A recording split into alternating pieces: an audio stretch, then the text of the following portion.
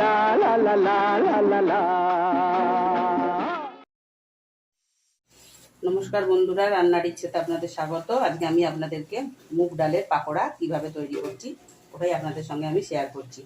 আমি এই যে মুগ ডাল আমি 100 গ্রাম ভিজিয়ে দিয়েছিলাম, সকালবেলায় ভিজিয়ে দিয়েছিলাম। 4-5 ঘন্টা ভেজানোর পর আমি ডালটাকে একটু পেস্ট করে নিয়েছি।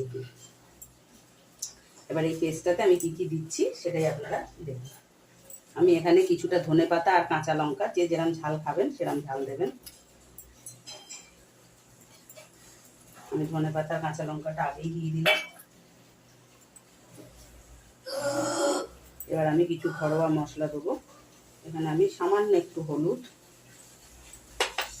আমি খুব বেশি চড়া মশলার করব না, যাতে মুগ ডালের গন্ধটা সবাই পাকোড়াতে পায়, সেই জন্যই আমি একটু হালকা মশলা দিয়েই করব। সামান্য একটু লঙ্কার গুঁড়ো, জিরে আর ধনে আমি গুঁড়িয়ে রেখেছিলাম গরম ভাজা মশলা, ওটাও কিন্তু আমি সামান্যই দিলাম, বেশি না।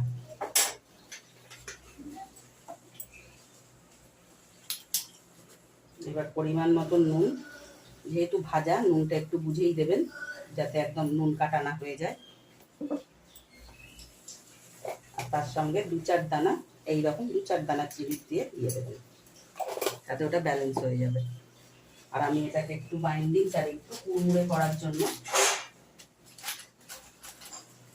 আমার যে ছোট্ট আরও ছোট চামচ, টিস্পুনেরও ছোট চামচে আমি 2 চামচ চালের গুঁড়ো দিলাম, বেশি না।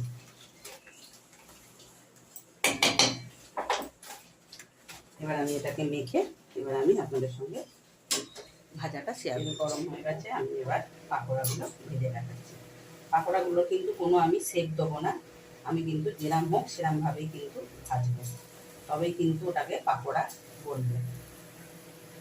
সেক দিলে কিন্তু সেটা পাকোড়া হয় না, সেই জন্য আমি কিন্তু এইভাবেই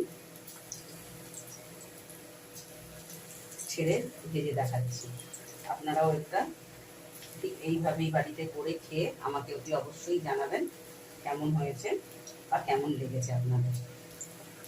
এটা কিন্তু ডাল ভাতের সঙ্গেও ভালো লাগবে, প্লাস সন্ধ্যেবেলার জলখাবারে কিন্তু এটা কিন্তু একদমই জমে যাবে। যে এইভাবেই করেন তাহলে কিন্তু আর কোনো কথা হবে না।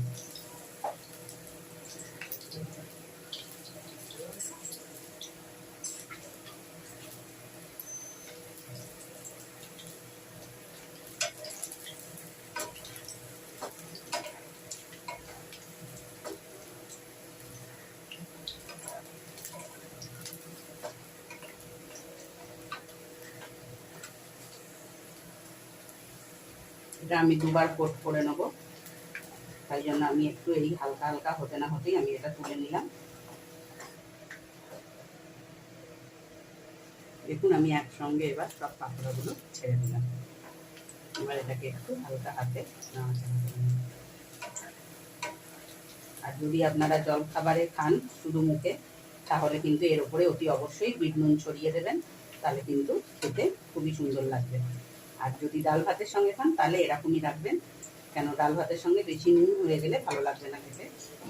সেই জন্য আমরা যদি চান তো বিট নুন ছড়িয়ে দিতে, বিট নুন কি লঙ্কা গুঁড়ো এগুলো কিন্তু জল খাবারের জন্য কিন্তু ভালো লাগবে। তার সঙ্গে সস যোগ করে ফেলবেন, যে কোনো চাটনি খেতে চাইবেন। দেখুন আমার সমস্ত কিন্তু ভাজা হয়ে গেল।